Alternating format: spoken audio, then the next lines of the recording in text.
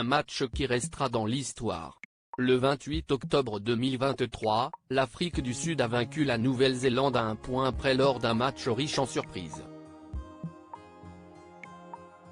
En tribune, Anne-Sophie Lapix a pu profiter de son mari tout comme Caroline Roux mais aussi la belle Rita Ora venue tout droit de Grande-Bretagne. Le 28 octobre 2023, l'Afrique du Sud a battu la Nouvelle-Zélande, 12-11, au Stade de France. Marqué par l'expulsion de Sam Cane, le capitaine des All Blacks, en première mi-temps, le match a été suivi par de nombreuses personnalités du monde entier, venues admirer ce match historique. Anne-Sophie Lapix a pu profiter de ce moment avec son mari Arthur Sadoun. Le PDG de Publicis se remet d'une bataille contre une tumeur cancéreuse des amygdales diagnostiquée en 2022.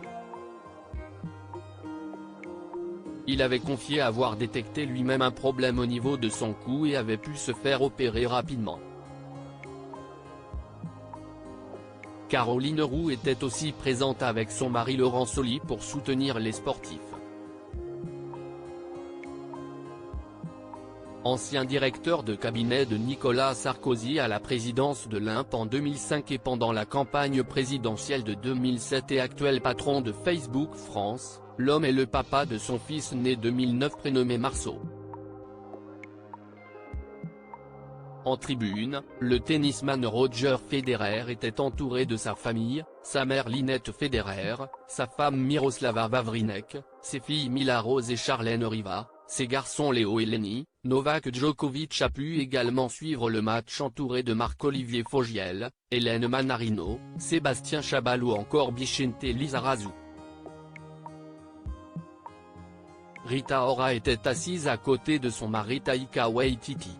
Celui-ci semble bien s'entendre avec Jason Momoa puisqu'il a été enlacé longuement par l'acteur de la série Game of Thrones.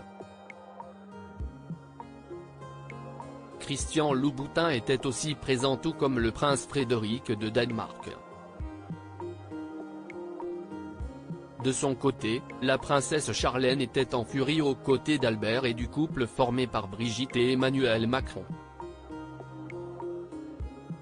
L'incroyable mini-show de Mika. Après avoir réalisé une performance extraordinaire durant le match, Mika s'est retrouvée en tribune.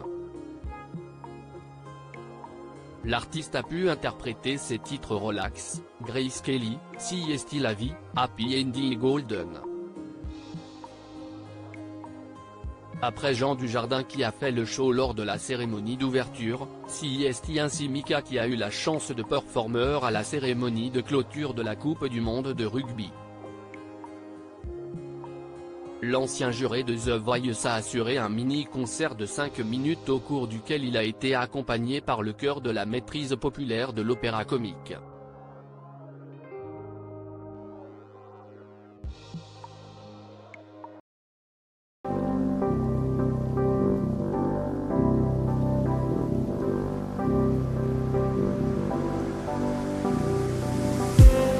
I just